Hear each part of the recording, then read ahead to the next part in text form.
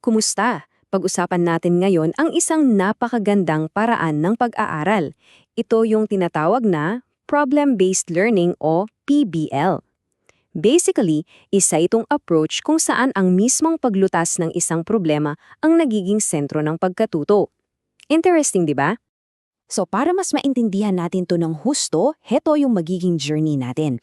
Aalamin natin kung ano ba talaga ang problem-based learning. Tapos, sisilipin natin yung 5 gabay na prinsipyo nito at yung 6 na stages kung paano to ginagawa. Siyempre, titingnan din natin yung mga benefits para sa mga estudyante at kung paano nito hinuhubog yung mga life skills na kailangan nating lahat. Okay, simulan na natin. Isipin nyo to. Paano kung ang pag-aaral hindi lang puro memorization ng facts and figures? Paano kung ang pag-aaral ay tungkol pala sa pagharap at paglutas ng mga totoong problema sa buhay? Well, yan mismo ang puso ng problem-based learning. Sa pinakasimpleng paliwanag, ang problem-based learning ay isang method kung saan ang pagkatuto ay nagsisimula sa isang problema, isang open-ended na tanong. Hindi agad ibinibigay ang mga sagot, instead, ang mga estudyante mismo ang nag-iimbestiga, nagsasaliksik para sila ang makahanap ng solusyon. So, ano ba ang itsura nito sa isang classroom? Well, una, nakafocus ito sa mga real-life situations, mga problemang pwede mong makita sa labas ng eskwelahan. Pangalawa, collaborative to, so ginagawa siya by group. At madalas, yung mga problema, walang iisang tamang sagot. Dito pumapasok yung creativity. At sa huli, ang goal talaga ay hindi lang yung sagot, kundi yung mga natutunang skills habang ginagawa yung proseso. Ngayon, bukod sa mga characteristics, ano naman yung mga prinsipyo o yung philosophy sa likod nito? Bakit siya effective? Ayon sa isang pag-aral ni Ali, may 5 pangunahing prinsipyo ang PBL. Una, tinuturo nito ang mga estudyante na maging self-directed. Sila yung may hawak ng kanilang pagkatuto. Pangalawa, group-based ang learning. Pangatlo, at ito'y napaka-importante, yung teacher, hindi na siya lecturer, facilitator na lang siya, isang guide. Pang-apat, dapat lahat ng miyembro ay may pantay na participation, walang pabuhat. At panglima, gumagamit sila ng totoong materyales, data, articles, research para malutas yung problema. Dito talaga natin makikita yung malaking agbabago. Kung sa traditional classroom, ang teacher yung bida, yung nagle-lecture, at ang student tagatanggap lang. Dito sa PBL, iba ang ihip ng hangin. Ang teacher nagiging gabay o facilitator, habang estudyante naman, siya yung nagiging active na problem solver. Total shift in dynamics, di ba? Sige, ngayong alam na natin yung ano at bakit, punta naman tayo sa paano. Paano ba to isinasagawa step by step? Tingnan natin yung 6 na stages. Ayon kay Law, heto yung proseso. Step 1, of course, tukuyin muna yung problema. Ano ba talaga yung issue? Step 2, brainstorming. Dito, lahat ng idea welcome. Pagkatapos step 3, mangangalap na sila ng information at susuriin ito.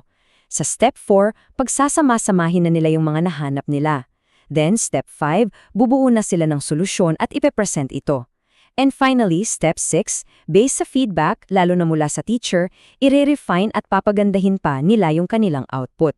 Isang buong-buong proseso. Okay, ang ganda ng proseso, no? Pero syempre, ang pinaka-importanting tanong, effective ba to? Ano ba talaga ang nagiging resulta para sa mga estudyante? Dito natin makikita kung bakit sulit itong paraan na to. Alam nyo, based sa research, napakaraming benepisyo. Lumalakas daw ang self-confidence at motivation ng mga estudyante. Nababawasan yung kaba nila sa pag-aaral. At tumataas din yung sense of responsibility nila sa sarili nilang pagkatuto. Nagiging mas active sila at mas positibo yung tingin nila sa learning in general. At hindi lang yan, para sa mga estudyanteng nag-aaral ng English, for example, sobrang laking tulong din. Ayon sa mga pag-aaral, gumagaling sila sa communication, sa grammar, mas lumalalim yung pag-unawa nila pati pronunciation at intonation. At syempre, lumalawak ang vocabulary kasi ginagamit nila yung wika sa isang practical na paraan. Pero para sa akin, ito yung pinakamalupit na benefit. Higit pa sa grades at exam scores, hinahanda ng PBL ang mga estudyante para sa buhay.